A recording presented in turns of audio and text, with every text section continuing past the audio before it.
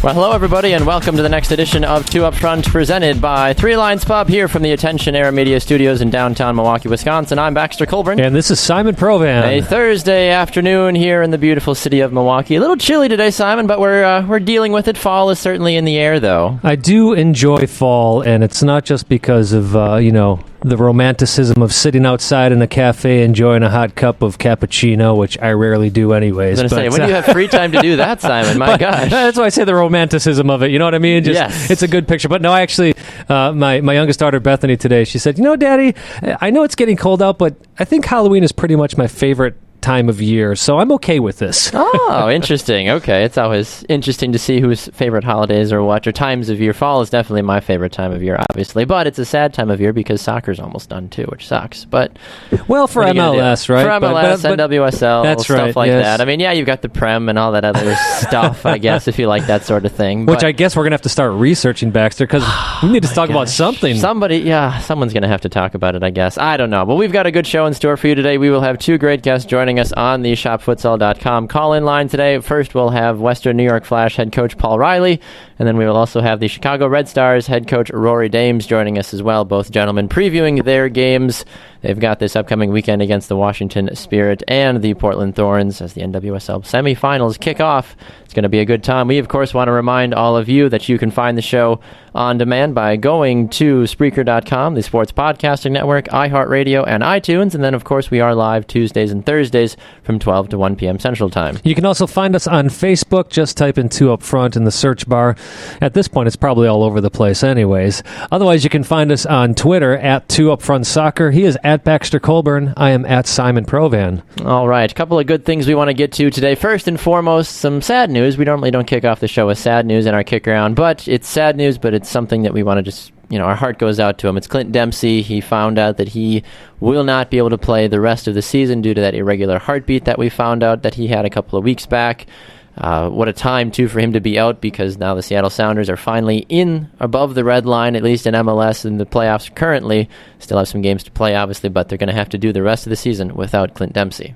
Yeah, I think we saw last night, though, in their 1-0 win that losing Dempsey at this point doesn't seem to be too big of a deal. No. But listen, when you can add a Clint Dempsey to your lineup, that is huge. Oh, I agree. I 100% agree with you. In some ways, it's a loss, and I'm never going to say it's a gain, but at the same time, the Sounders are playing really well, and maybe need him, right, and maybe that's the motivation that they did need. Yeah, now they're playing for Clint, kind of. Exactly, that's the thing. I wonder if they would. We see some teams do like the little patch or something sometimes on the jerseys. I wonder if they'll do a little hashtag Clint or something. I don't know. He didn't die, obviously. Right. But I don't know if they would do something like that for him, since he's such an integral part of their team. Yeah, maybe it depends on their results. Yeah, exactly. Well, speaking of results, too, the CONCACAF Champions League has been dynamic, to say the least. The Vancouver Whitecaps, they're undefeated. They're 4-0, 10 goals for, 2 goals against.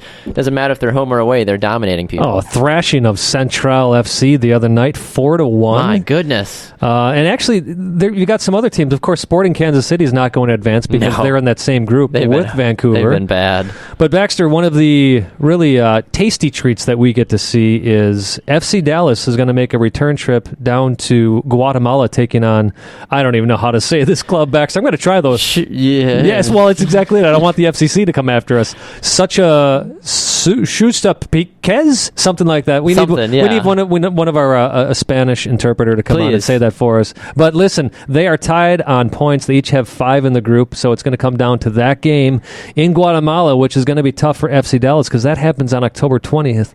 FC Dallas might still be fighting for the Supporters' Shield at that point. So you wonder what's going to play out in this game. And they're not alone in tasty treats, Baxter.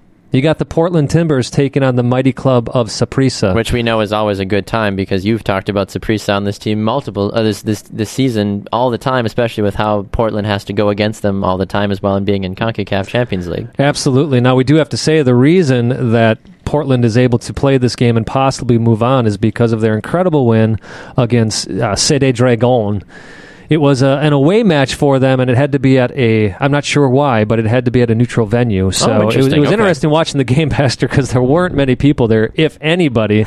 It was almost like a match. Sometimes it's better that way, though, right? Not have to deal with all those fans hollering at you. Absolutely. So Portland was down 1-0. They end up coming back to win 2-1.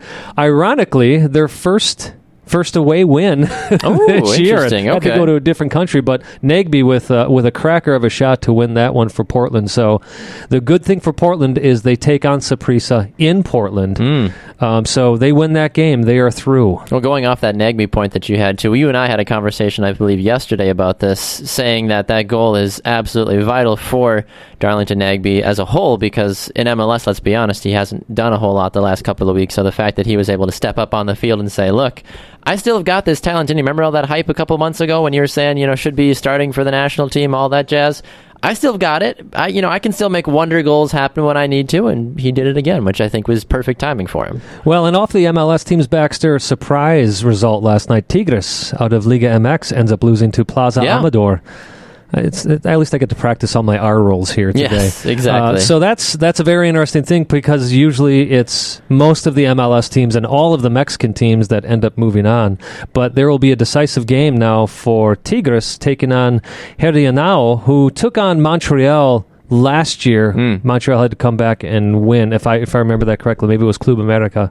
Either way, Tigres having to win to advance. You usually don't see that this late in the group stages for a Mexican team. And one other thing to point out as well, too, not to take anything away from the final MLS team, the New York Red Bulls, they're on 8 points. They've already qualified. They look good. 2 wins at home, 2 draws on the road. They've only allowed 1 goal through their 4 Champions League games.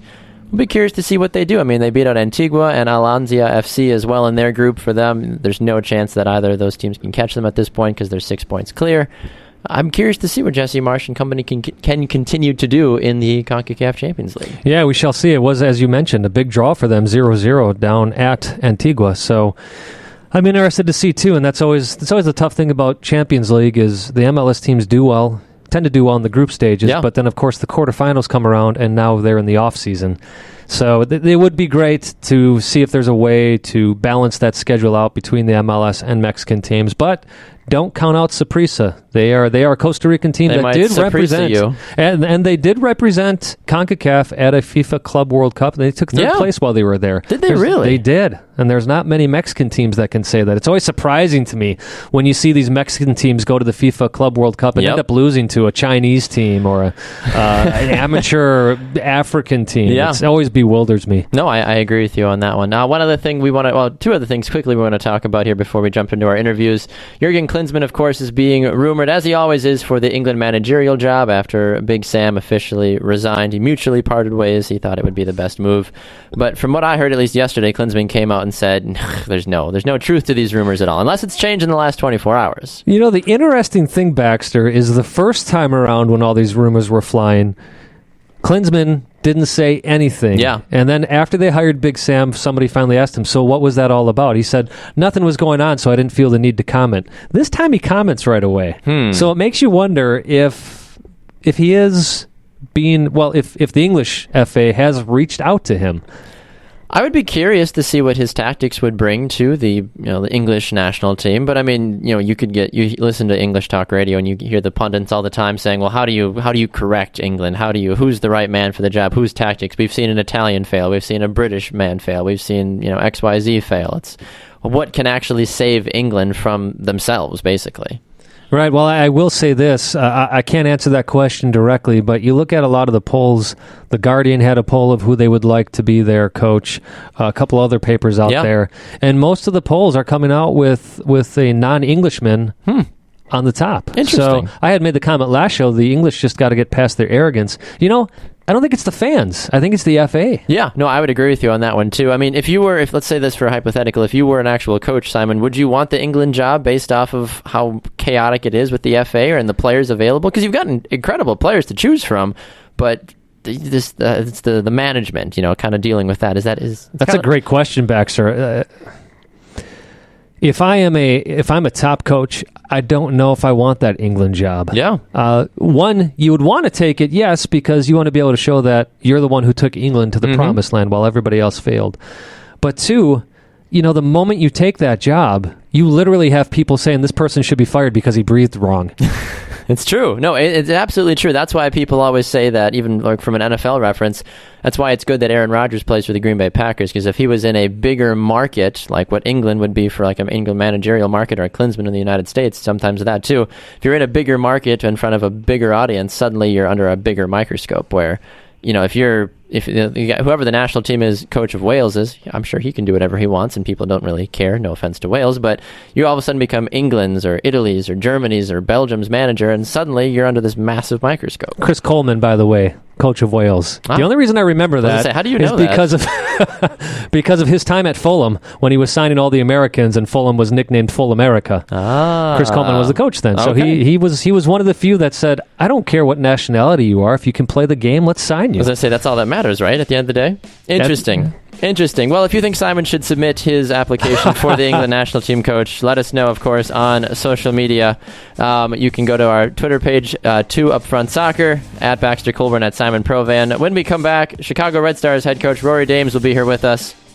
Real quick, Baxter, I do want to note, since we are big fans of women's soccer, big news out of Fox Sports. Yeah. The U17 Women's World Cup is going to be aired by Fox Sports. I don't know if that means Fox Sports 2, Fox Soccer channel that doesn't exist anymore. Fox Sports 86, so we'll have to get the schedule and check it out, but it's at least good news that they're going to be airing a U17 Women's World Cup. Definitely going to have to check that out. All right, we're going to take a break. We'll be back with more. You're listening to 2 Up Front, presented by Three Lions Pub.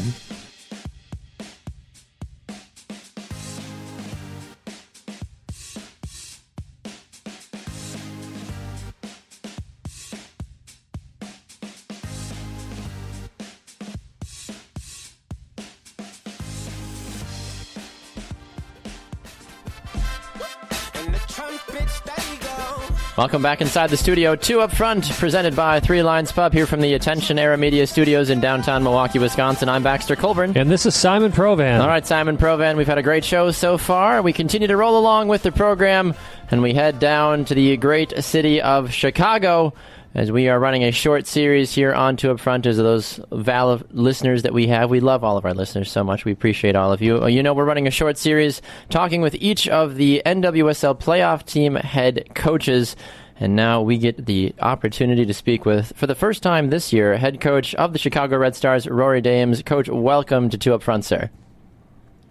Thanks for having me. Well, we're excited to have you. You've got a huge game, of course, this upcoming weekend, and we are excited to talk about it as well, too. The team that you just beat as well, you beat the Washington Spirit 3-1. Now you have to go to their place and try to do it all over again. Were you confident with that result that you can go and do the exact same thing, but this time on the road? Yeah, I think we're confident that we can go there and get a result.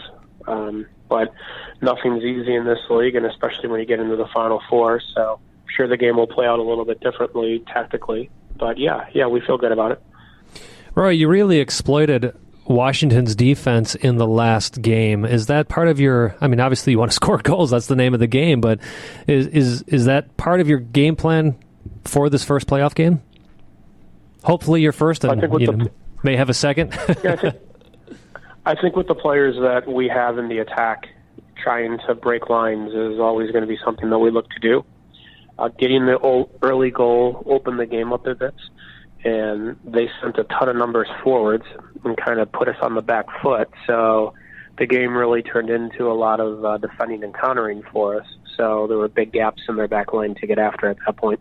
One of the things we've heard this season, Coach, not only on the show but just around the NWSL, is that, well, Chicago's only as good as Kristen Press. If you take Kristen Press off the field, Chicago's got nothing. Is that a true statement from someone that lives and breathes Chicago Red Star soccer on a daily basis?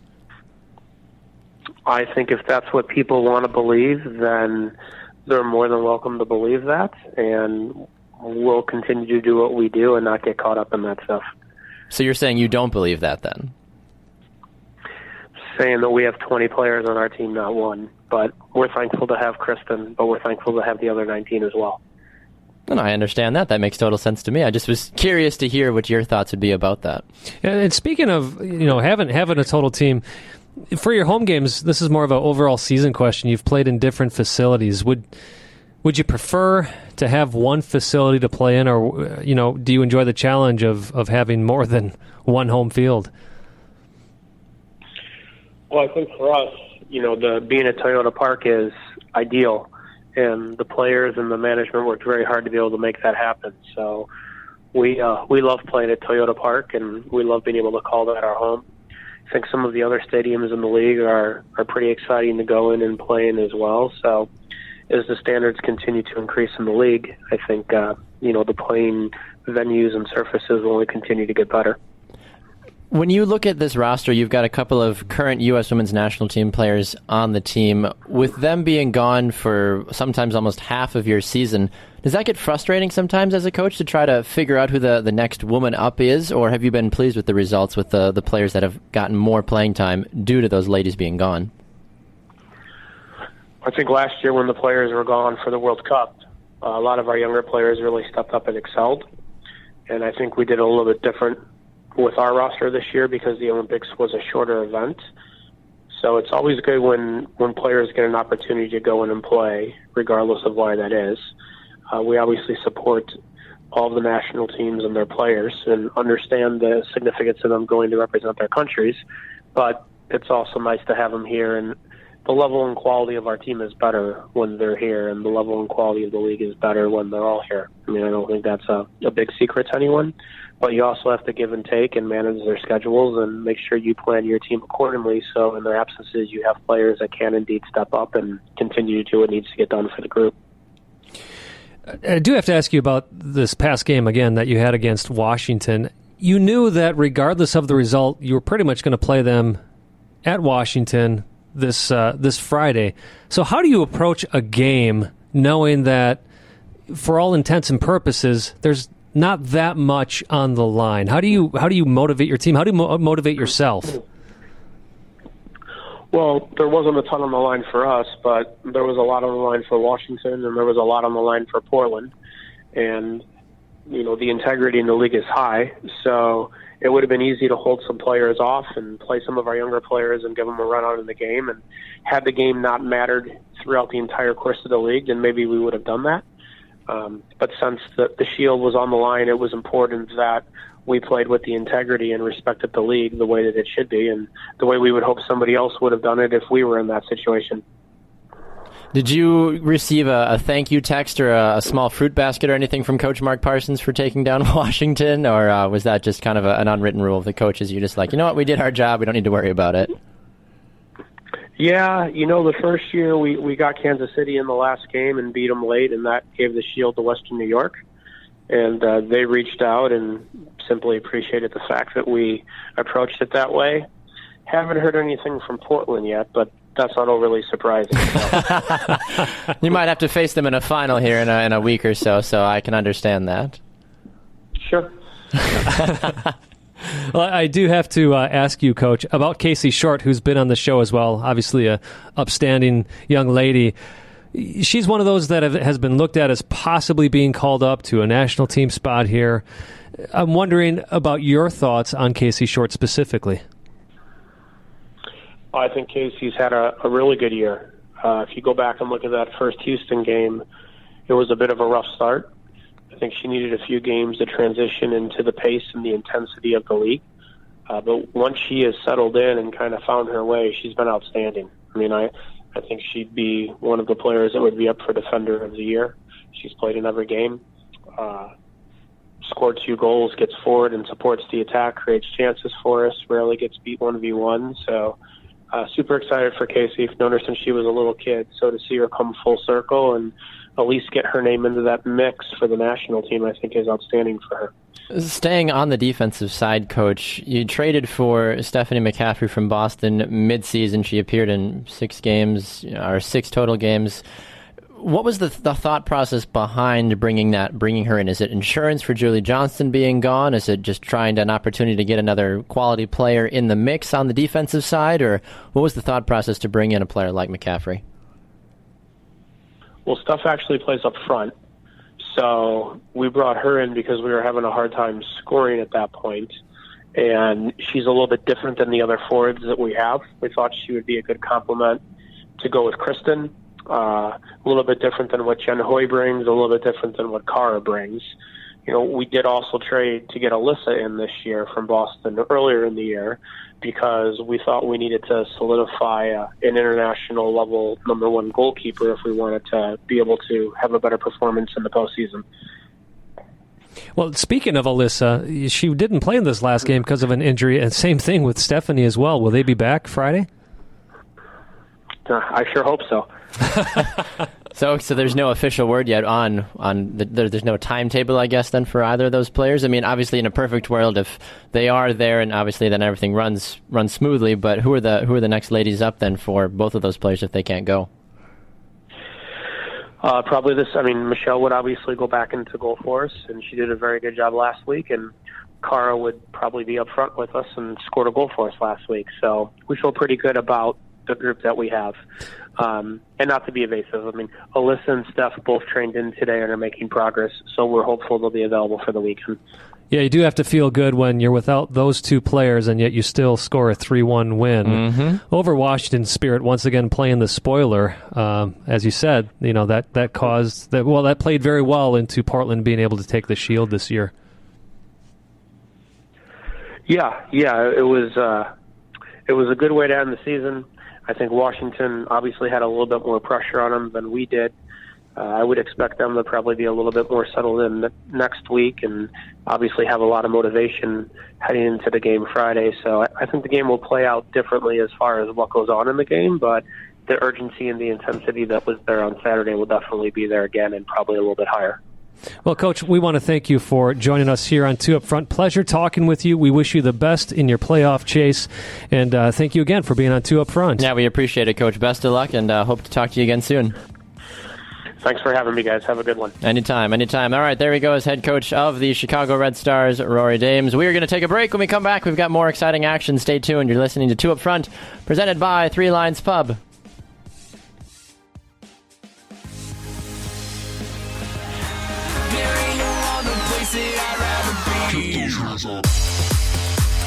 Welcome back inside the studio. Two Up Front, presented by Three Lions Pub, here from the Attention Era Media Studios in Milwaukee, Wisconsin. I'm Baxter Colburn. And this is Simon Provan. All right, Simon Provan. We just heard from Chicago Red Stars head coach Rory Dames. Now we get to head up the East Coast. I actually got my geographic location correct this time, finally. We get to go to New York and talk again to head coach Paul Riley of the Western New York Flash. He joins us on the shopfutsal.com line. Coach, good afternoon and welcome to Two Up Front, sir.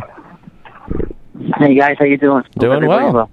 Paul, it's great to have you here, and I'm glad I'm around this time to talk to you because Baxter couldn't shut up about the great conversation you guys had the last time you were around. So I'm excited to get this rolling. Paul's just a lovable guy, I guess. He just has a lot of good things to say. But Coach, you face a very intriguing opponent during your playoff matchup this weekend. You go in as the 4th seed. Have you fully embraced the underdog status, or are you thinking that you guys are a lot better than some critics might be giving you props for headed into the playoffs now? No, I think that's a fair enough label for us. I think based on the season, I think the best team won it, and we're in 4th place, and I think we're quite happy with that. I think there's not one person, not one opponent in the country that put us in the Final Four. So, I think we've obviously achieved a lot just by getting in. But I don't want the players to be content and happy with the status quo, and we're just there for the thrill of it. And I think they've worked hard and they've done a lot of good things. And the improvement in the team over the 7 months has been dramatic. And really pleased with the development of obviously some of the individual parts of the team too. And we've got nothing to lose. I mean, all the pressure's on them. They've got a fully international squad, and they're playing at home for the first time. And I think the biggest thing for our club, and I've emphasised it a lot this week, is this will be an experience for the players that they'll never forget. An opportunity for them to be a better player. And this game, and this season might have come a year early for us. So I think for them to be able to play in front of 20,000 with this kind of pressure and this kind of cup tie atmosphere will be the thing that they'll remember the best. And if you get a taste of this, you're going to want this back again. And that's the most thing I can ask, is that we get a taste of it, and with the players, and it's a young team, that they want to come back and taste it again. And hopefully we'll start next year with a bit more verve. And I think for the other 3 teams, I think they're set on trying to win it for us. It's a development process, and we're still very, very young. And I think there's no question we think we can win the game by the way we play. And we're going to attack them, and they like to score goals, and they're going to have to play well to beat us. And we're just going to enjoy the whole atmosphere and everything, and hopefully improve from it. Yeah, Coach, you did mention having a young team, and you know, just looking at the amount of games played between the players, there was obviously a lot of different lineups you had to put out during the season. How do you approach each game, especially, you know, last game of the season? You know you're going to be playing against Boston, who hasn't been the best, but they were on a bit of a good streak there. And you end the season with such a statement of a 4-0 win. How do you approach a game in which, you know, you're not sure who you're going to be playing the next game, but you need to win this game to make the playoffs? Yeah, I mean, that was the first playoff game for us, really, to be honest with you. It was like a cup tie for us, and you know, we prepared it like a cup tie, a one-off, and they responded really well. I mean, you know, Taylor Smith at right back for the first time all season. This is a young player that never got drafted, and she had a great season for us, and she's one of our great stories, I think. And she came in, had a great game against Boston, and I think, you know, we scored early. We talked a lot about scoring early in games, and I think the 8 times we've scored first, we've won. We're 8-0, you know, when we score first. So I think it's important we get the first goal in the game. We had a dress rehearsal in Portland a couple of weeks ago, which I think was good for our young team too, because they were in that type of atmosphere already. And obviously it was a hard-fought game, and I think if we got the first goal during the first 30 minutes when we were on top, you know, the result might have been different. But we didn't, and then we learned from the experience. But the fact is that we had a dress rehearsal, and we know what we're getting ourselves into. We know what kind of cauldron it's going to be. And, you know, a couple of the players have said to me the best moment was when it went deathly quiet after Lynn Williams scored the second goal, you know, and that feeling of just quiet in the stadium is something that I think the players are looking forward to trying to do, you know. So, yeah, and a lot of credit as well to your goalkeeper, Sabrina D'Angelo, who just made, an outstanding save when you guys were up early to keep you in the game and keep that momentum going. Yeah, I mean, Sabrina was a critical save, obviously, and I think, you know, since the Olympics, obviously she got injured before the Olympics, and she was out for a good 2.5 months, and I think coming back is taking her 3 or 4 games to get her timing right. But now her timing is, the Boston game was the best game of the season for me. And we've had 2 clean sheets in a row. You know, we played Thailand, we got a clean sheet against them, and we got a clean sheet against Boston. So for us, you know, we've been a bit light in the back. You know, we've made some mistakes. We've had to change the back line a lot and the goalkeeping a lot this year. So we've had some stability the last couple of games, and I think they go in with a lot more confidence than they've maybe had over the entire season. And, you know, the back line, the goalkeeper, you know, the 22, 21, and 23. With a very, very young back line and goalkeeper. There's not a ton of experience there either, compared to obviously what the opponent has. So I think that's going to be a big moment for us. Will be that first 20 minutes too, just to get ourselves together, keep ourselves, compact, and make sure that we don't get beaten early in the game, and then we stay in the game. After the longer the game goes on, the better chance we have of winning it if we stay around. You know. Now, Coach, I'm curious now because there has been criticism tossed at your team because of 2 different reasons. One, because you played Boston 4 times this year, so folks say that was kind of an easy 4 games for you that you were able to kind of cash in on. And then there's also been criticism applied to Lynn Williams as well because she won the Golden Boot with 11 goals, but she had such a big game against Boston, as many folks remember early on through the season. Do you listen to that criticism, and do you actually believe some of that and say, well, yeah, we kind of got fortunate that Boston was bad this year, or A, are you just that good, and B, is Lynn really that talented? Well, I think, for us, I don't give a hoot, obviously, but I think you got to look at the fact sheet, and the facts say something different within the top 4 for most of the season. Seattle can complain, but at the end of the day, they played Portland twice when Portland had all 7 or 8 of their players away. Well, when we played Portland, they had their full squad. When we played Houston, they had their full squad both times.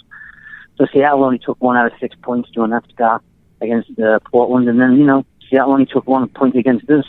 So the closest team to us had the opportunities and didn't take them. So for us, we took the opportunities, and I don't think Boston's that bad of a team. And when you look at their results and you take off 17 goals off against them, their defensive record's no worse than Orlando's or Houston's, so that is true. From that perspective, I'm not really worried. Well, speaking of, I'm not really worried about that sort of thing. And for our players, and for Lynn Williams, to be honest with you, she's been the best forward in the league all season. I don't think anybody can deny that. She scored goals, she got assists, her work rate is phenomenal, and she's been durable. And for a player that this young at an age to be able to play every single minute of every game, you got to put your hats off to her. And I think she's been tremendous, and I think I think she deserves MVP, me personally. I think she's been the best player, most productive player in the league, and she's played every game, you know. I mean, there's other players who've only, you know, really turned it on for half a season or stuff like that, but I think she's been consistent for us. And, you know, the only team that's beaten us twice all season is Portland. And the only other team that won us on the series is Washington. They're the two top teams. Everybody else we've beaten or we've won the series between us and them. So I don't think anyone can have any complaints at the end of the day. So for us, it's, you know, we're here. We're on the top four. Just got to get on with it. We're surprised, yeah, you know, a little bit. I don't think we expected to be in the season, but we're here, and they've worked tremendously hard all year. So we're looking forward to giving Portland the game. It is the only team that's beaten us twice, so I think there's a little bit of an edge there too. You know, we don't want to get beat 3 times by the same team, so we'll be working hard for sure. Well, absolutely, Coach. And with looking at Portland this coming weekend, I mean, you're playing against a roster of all-star women's soccer. You know, Ellie Long, Michelle Betos, Megan Klingenberg. The list goes on and on and on. Of course, Christine Sinclair is thrown in there, Tobin Heath. You've lost to them twice. So what's going to make this game different from the others for the Western New York Flash? I think it's getting on the board first. I think both games, you know, we had the better of the first half in both games. We didn't score, and then we paid the price, you know. And you know, the penalty in both games, I think that were dubious. That would have probably changed the game too. So I think you need a bit of luck. There's no question. We're going to need to ride our luck a little bit. But you know, I think the one thing that we don't worry about, we don't talk about names. And I know the players very, very well. I've coached a lot of them. You know, Emily Menges, Michelle Beos, now Long played for me in the youth days back in Long Island for Albertson Fury. So I know those 3 really well. Obviously, I've coached Sinclair. I've coached quite a few of the other players too. So, you know, we know exactly how they're going to play. We know everything about them. I think for us, we're a little bit more of the unknown. You know, we're not the type of team that people really know what we're going to do. And you know, I think that's probably the naivety of our team too. A little bit naive. We're very young, and you know, I think that's probably the good part for us. They're very difficult to play against. We pressure hard. We go in a high press, and I think we're just going to be difficult for them. And you know, at the end of the day, you know, it doesn't matter what your name's on the back of your shirt. Once the game starts, it's 11-11, and we'll just take it as it comes and do our best we can. You know, I just want it to be a great experience for these guys. So for, you know, for future years, this is something that they want to achieve every year, and it's not just something now we just expect it to come back to it, because it's not easy to be in the 4 teams that make the playoffs. And you know, next year Seattle will be better, Kansas City will be better. Sky Blue's got a good group now, so I think there's going to be Houston will be better for next year. So you never know; you may never get back there again. So enjoy it, make the most of it, and try and get a result.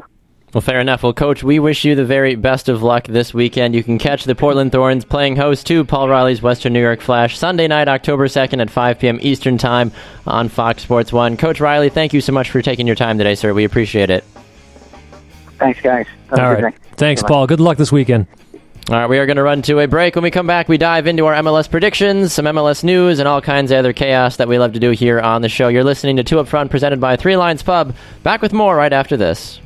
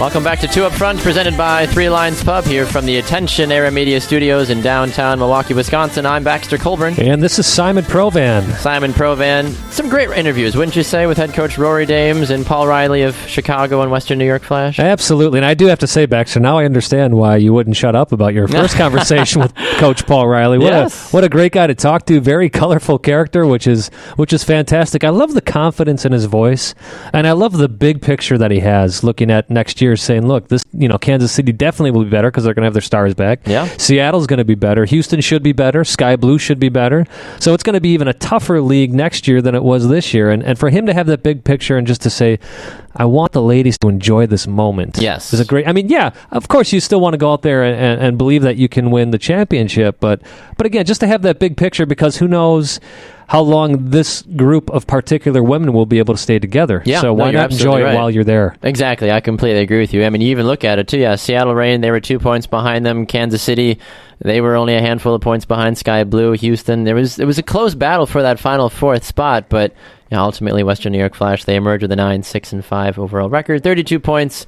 They scored 40 goals this year. They scored the most goals in NWSL this year. 10% of them in their last game, that 4-0 win over Boston.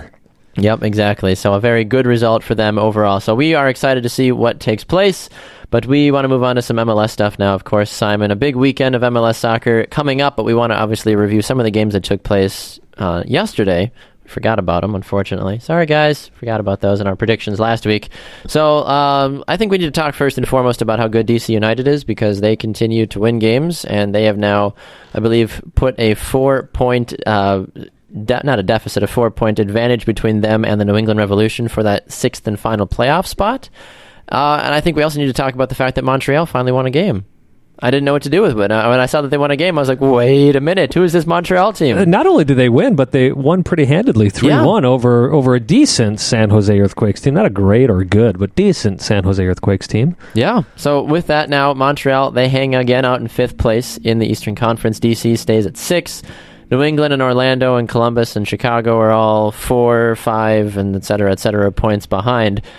If you look at those 3 teams, Philly, Montreal, and DC United right now, I don't necessarily see them changing in terms of the 6 teams. We already know 1 through 3 is already solidified in terms of like the other teams getting in. Do you see anybody on the outside looking in the Eastern Conference that's going to make it in? No, I really don't. New England had their moments. Yeah. Just recently, I just don't think they're good enough. But they're going down the tubes. Orlando City just keeps letting in goals after goals. Yeah. I mean, they had that 0-0 draw with Toronto last night, which was quite a shocker. But before that, their 3 games before that, actually, they let in 10 goals. That's not acceptable. And in 2 of those games, 4 goals each. There are enough good goalkeepers around the world that you should be able to bring somebody in, not even as a DP.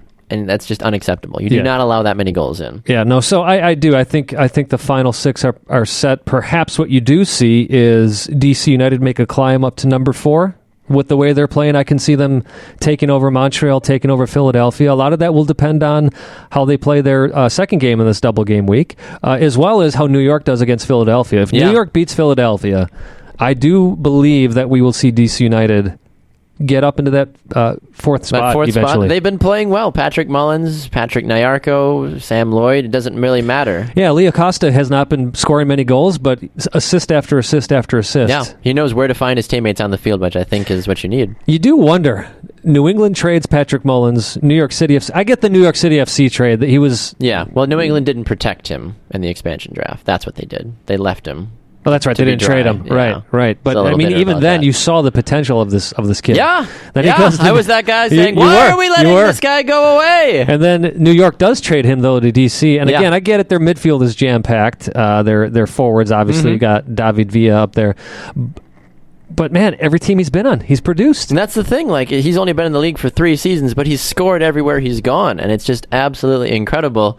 And you have to wonder too if they do a series in 10+ years, if that trade by NYCFC or that release of New York or by New England, it's like, was Patrick Mullins one of the greatest players ever released or undervalued or whatever in MLS history? I know it's early; he's only played 3 seasons, but he's producing at a high level. He's producing. And Baxter, I want to shift to the Western Conference. Yeah, please. We've talked about this. Not a surprise to us. but Seattle is officially over the red line, and Portland is now on the outside looking in. Yes. We talked about that this is probably what would happen. Portland has not looked good. Their back line been porous, also because they haven't been able to play with a consistent 4 in the back. Yeah, you're right about that. Seattle, they dominated Chicago last night. Surprising that they win 1-0, and it actually comes off of Chad Marshall scoring. Yeah, exactly. Not Ladero, not Alonso. No Jordan Morris. Although he had his moments. But as he always does. Right, but Ivan Schitz with a great corner, Chad Marshall there. And Chad Marshall does what he does best in the box when he scores goals. Right off his head. He's a nuisance in the box when he actually has the opportunity to exert his body out there, and I think it was a classic Chad Marshall goal, I feel like. So, I mean, you look at the Western Conference right now, it's FC Dallas, Colorado, LA, RSL, Sporting, and Seattle, 1-6 right now. Portland is just on the outside looking in. Vancouver, they would need a lot right for them to get in. I mean, San Jose is technically only a point behind Vancouver as well, but I don't see San Jose, I don't see Houston doing anything. Vancouver, if they win this weekend, you think you might still have a conversation. But if Portland wins, then I think that conversation's over. Well, and you have Seattle taking on Vancouver, so exactly. huge game there in regards to the standings. But you're right. You look at it, Vancouver's 6 points behind Seattle. Seattle's got a game in hand. Now, usually, I've said this several times in the show, usually when Seattle has a game in hand, it doesn't mean anything for them, but they've been taking advantage of that late in the season. Exactly, yeah. I think it's interesting, too, that Jordan Morris has 6 game-winning goals on the season as well, too. And I think the question for Seattle is the same for DC United. I do believe they're in the playoffs, but it's a matter of, can they jump over Sporting Kansas City? Can they jump over Real Salt Lake? That's having a bit of a identity crisis as well. No, I would agree with you on that one. I don't necessarily know if Seattle has what it takes to get outside of maybe number 5 in the standings. Sure, I could see them jumping Sporting KC just because they've been all over the place, and I think Sporting KC is going to be just bad enough to still stay in the playoffs, but they're going to lose that first knockout round just because that's how they always are. Maybe another double post? Maybe. Who knows? Because things like that happen all the time. I have no idea exactly, but I think the 6 teams, it's so hard to know. Seattle and Portland is honestly a coin flip for me personally. I don't necessarily know. You'd like to say, well, Seattle's riding that momentum. They really seem to have it together. They deserve to be in the playoffs. But at the same time, Portland doesn't have a bad team. They've got a great club to put on the field.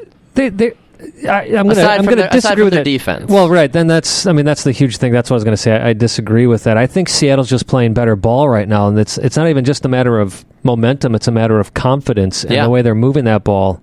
You know, from the back up to the top, everybody's involved in almost every play. They're playing like a playoff team. They're playing like a team that believes in themselves.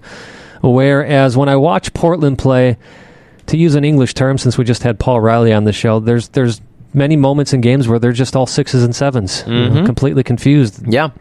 Not knowing what they're doing. I would agree with you on that one. Yeah, you thought for a moment that, you know, Portland was going to be able to put it together and kind of run away with it, but I haven't seen much of that recently. And, you know, if Portland doesn't make the playoffs, I think I asked you this earlier in the year, too, does Caleb Porter keep his job?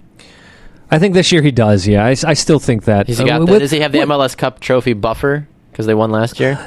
That helps, but I can't blame him too much this year because of the injury woes that they've had. Oh, my goodness. It's been incredible. I mean, in a way, it's almost complimentary where they're at, that he's kept them in the playoff race this long.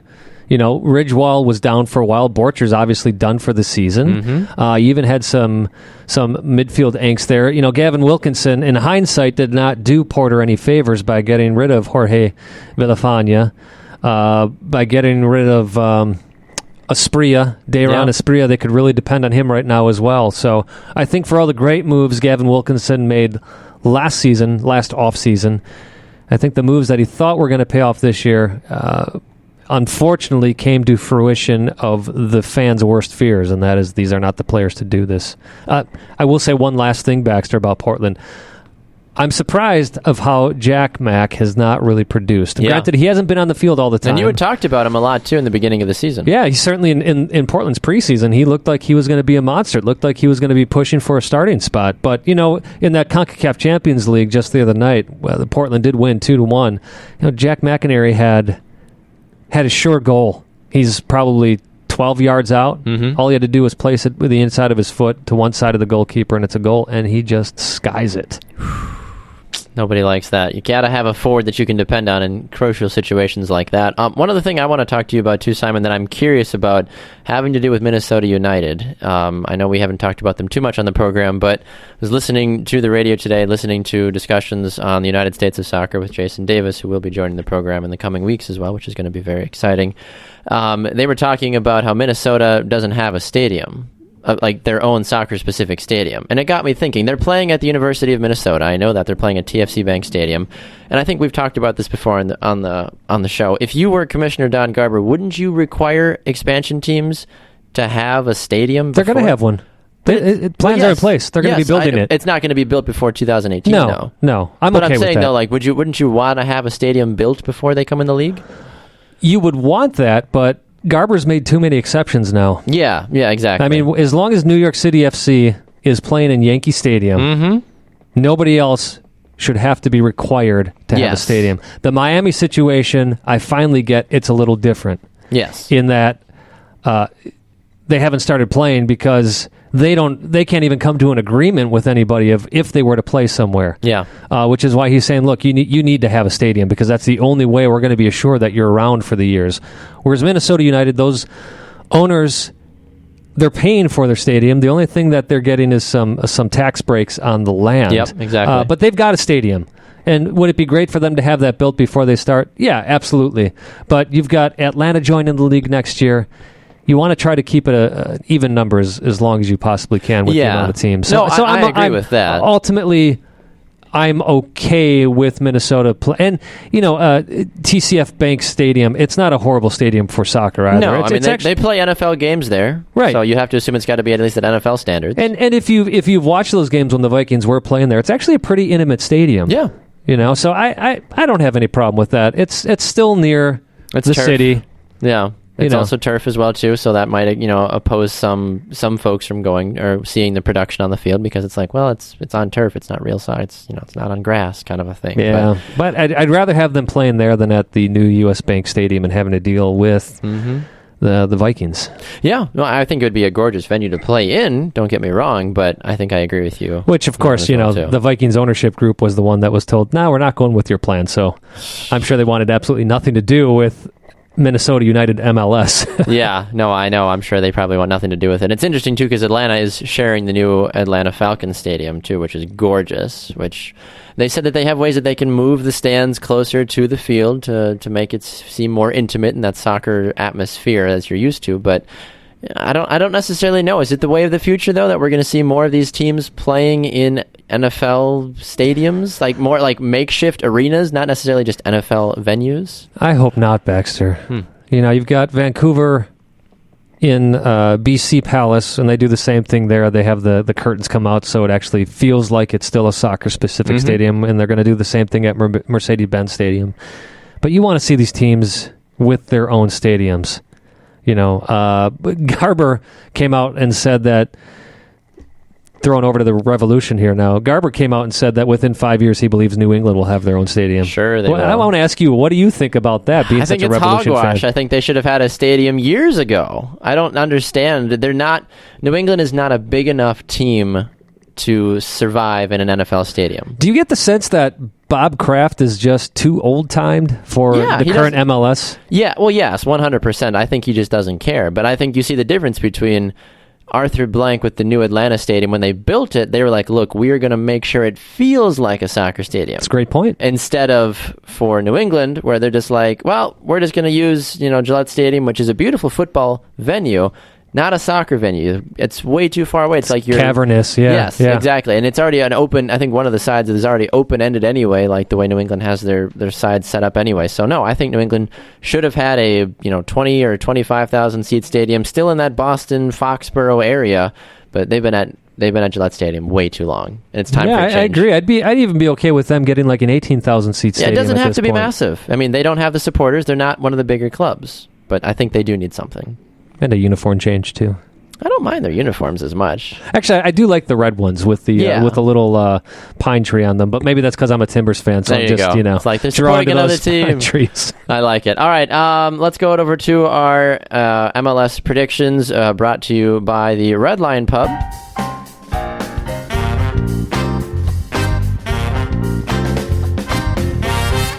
Speaking of the Red Lion Pub, Baxter, we are so thankful for the sponsorship that they provide us, along with their sister pub, the Three Lions Pub, who is our presenting sponsor. Folks, they are not just a soccer bar, they are also an American football bar. So whatever type of football you like, make sure you check out the Red Lion Pub or Three Lions Pub. They have featured matches every week. This week it's at 8:14 a.m. I don't have the game in front of me, but if you get to either of those pubs by 8:14 a.m., you will get something good will happen. Something good will happen. You'll get some great drink specials. But check them out. You can enjoy a full English breakfast and pint while supporting your team, whether it's American football or European football.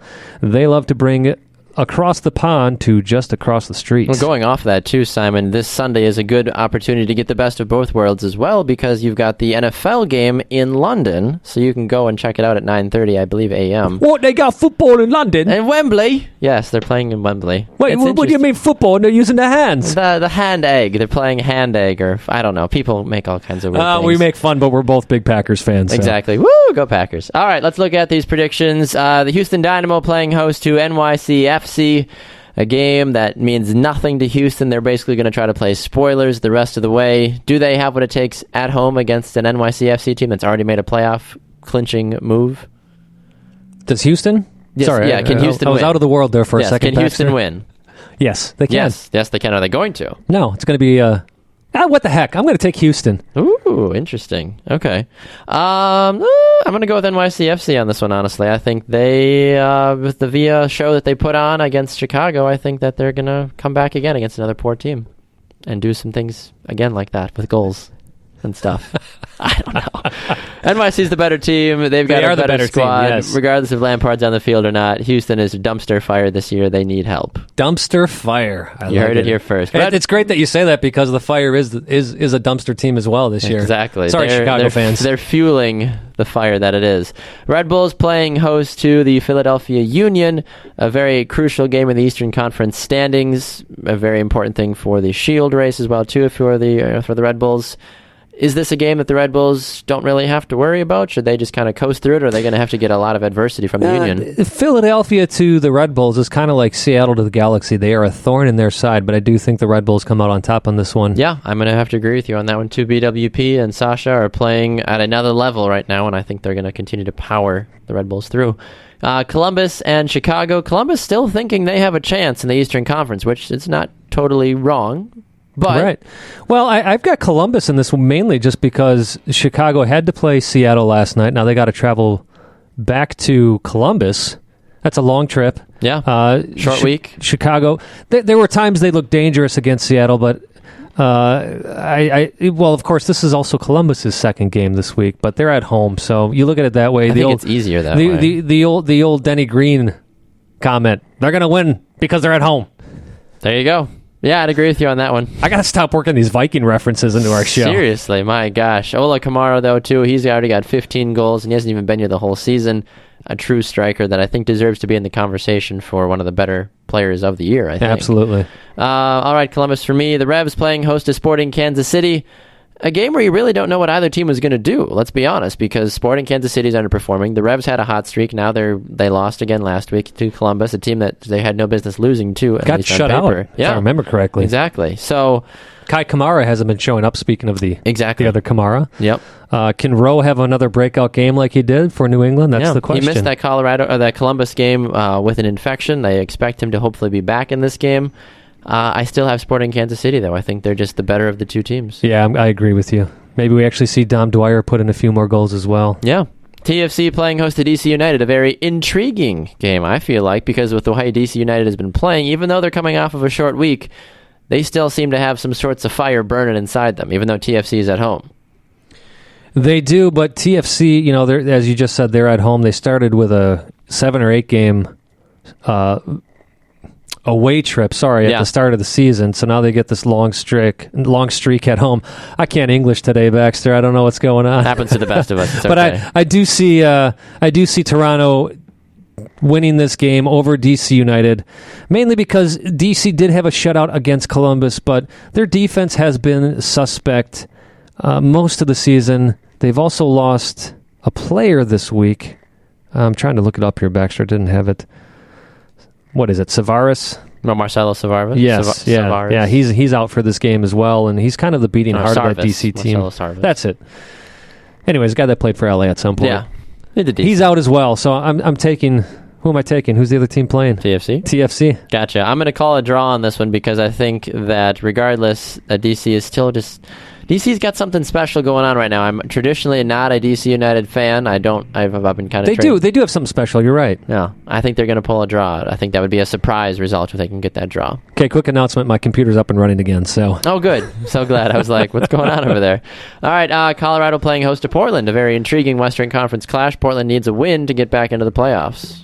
Colorado's too strong on defense for Portland to do much to them. So, but I am going to take a draw on this. I don't think Colorado has the firepower either. I think Jake Gleason has a good game in goal for Portland. This will be a battle of the goalkeepers. Tim Howard for Colorado, Jake Gleason for Portland, and I see this one being a draw. Interesting. I'm going to go with Portland to go into Colorado. That'll be my upset pick of the week. FC Dallas playing host to the LA Galaxy.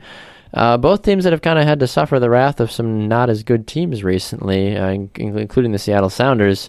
Does FC Dallas at home have what it takes to hold off the LA Galaxy from catching them in the Shield race? Think of it this way, Baxter. FC Dallas at home is 10-1-4 on the season. LA Galaxy away from home, only 3 wins, 4 losses, 8 draws. So it's either a draw or an FC Dallas win. I am going to take an FC Dallas win on this one. I'm going to agree with you.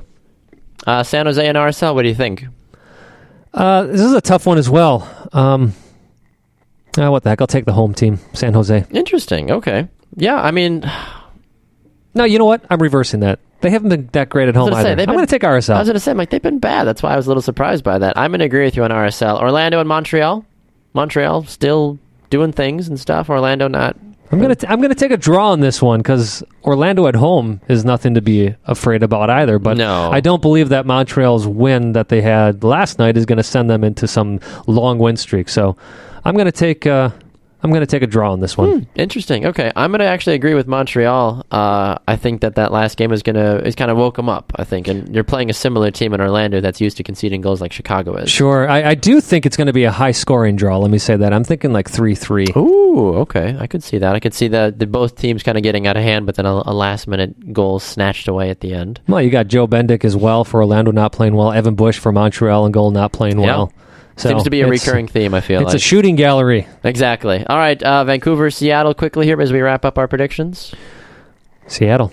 Yeah, I agree with you. That's just, you just can't argue it. I don't care how good Vancouver is in every other competition. They're not doing well in MLS. By the way, are you impressed with how unbiased I've gotten over our year and a half of being on the air here? You were very to hell with Seattle in the beginning of the show, and you've kind of loosened up a little bit. I think we both have kind of realized our team's own destinies. I'll tell you what. Part of it is I've been impressed with the Seattle Reign, so it's kind of come over. But at the same time, you see how well Jordan Morris is doing. Great move with Ladero.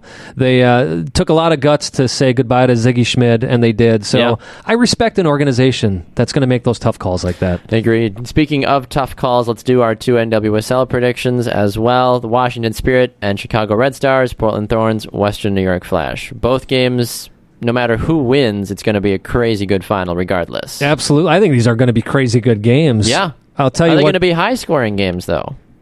I think the Washington-Chicago game will, and I'll give you my prediction. I think we're going to see a minor upset and see Chicago beat Washington. That's interesting. Okay. But I'm sticking with my pick that Portland's going to do the first women's double, at least in the NWSL. Sure. And they're gonna beat the Flash. Interesting. Okay. I am going to...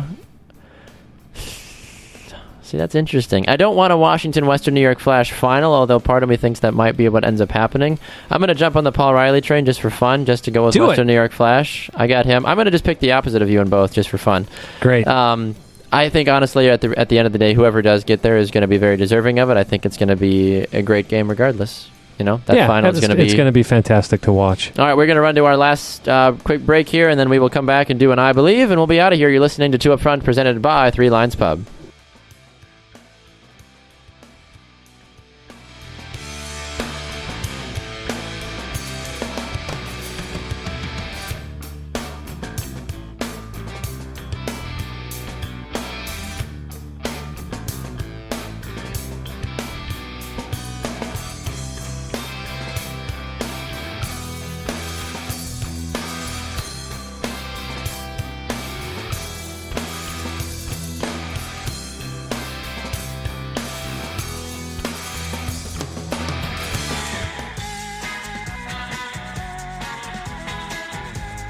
It's Two Up Front, presented by Three Lions Pub here from the Attention Era Media Studios. I'm Baxter Colburn. And this is Simon Provan. All right, Simon Provan, as we wrap up the show, it is time for one of our final segments. We've had a great show today. A special thanks to Western New York Flash head coach Paul Riley for joining us, and Chicago Red Stars head coach Rory Dames joining us on the shopfutsal.com line.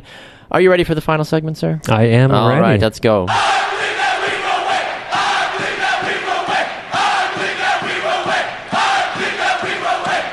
All right, it is our I Believe segment where Simon and I both offer a prediction, a statement about something we believe will take place in the soccer world. Simon, do you would like to go first, or would you like me to? I'd like to go second, actually, this week, if you don't mind. Sure. No, I understand that. I believe that based off of the performance from Patrick Mullins this season, that I don't know if it's possible, but I think he will win Comeback Player of the Year, or some sort of postseason award. I don't know if he's eligible for that. If he is eligible for that, I think he'll win it. I forget how that all works. If you have to be injured or how it works. But right, yeah. He's had a monster year. If not, I think he at least deserves team MVP for DC United. I think he's played absolutely incredible so far since being with DC United, and I think he's put together a fantastic 2016 campaign. Yeah, I mean, especially these last 3 or 4 weeks, he's been a goal-scoring machine as well. Got that hat trick against Chicago in that 6-2 win. Got a couple more goals.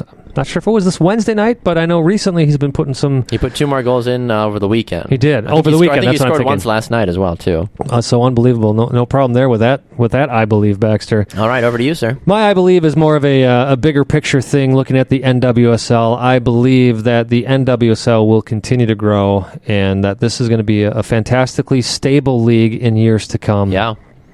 There you go. There you go. No. Last thing I want to say, Baxter, has nothing to do with soccer. Just a prayer out there for my niece who's going into surgery. She's been dealing with a lot of stuff. So just wanted to throw that as we were off the air there for a second. My brother had just sent me a message that she's going in early. So Chelsea, prayers are with you, sweetheart. And we appreciate that. Definitely your prayers for your niece, Simon. We appreciate all of you for joining us on the program today. Another full week of interviews and excitement. A special thanks to all 4 of the NWSL coaches that joined us this week. You can go and get, of course, all of our information and our shows on demand by going to iTunes. Make sure you subscribe. Write us a review that helps us pop up more when people search for soccer or kick-ass soccer podcasts on iTunes. I think we pop up when you search that. Either way, if not, we should. Either way, thank you so much. We appreciate you guys for listening. Go to the Sports Podcasting Network and find us on demand. On Spreaker, you can find us live on Tuesdays and Thursdays, and, of course, on iHeartRadio and on our website, 2upfrontsoccer.com as well. Yeah, you can find us on Facebook, 2Upfront in the search bar. Find us on Twitter, pretty simple, at 2UpFrontSoccer. He is at Baxter Colburn, and I am at Simon Provan. All right, thank you so much to all of our guests appearing on the shopfutsal.com line. A special thanks, of course, to the Red Lions Pub for their sponsorship of the MLS prediction segment as well. If you've got predictions, as you mentioned with Simon as well, shoot it over to us on social media or on email. We'd love to hear from you guys. He is Simon Provan. I am Baxter Colburn. Thanks so much for joining us. We'll see you next time with our manager being the one above. We are 2 Up Front.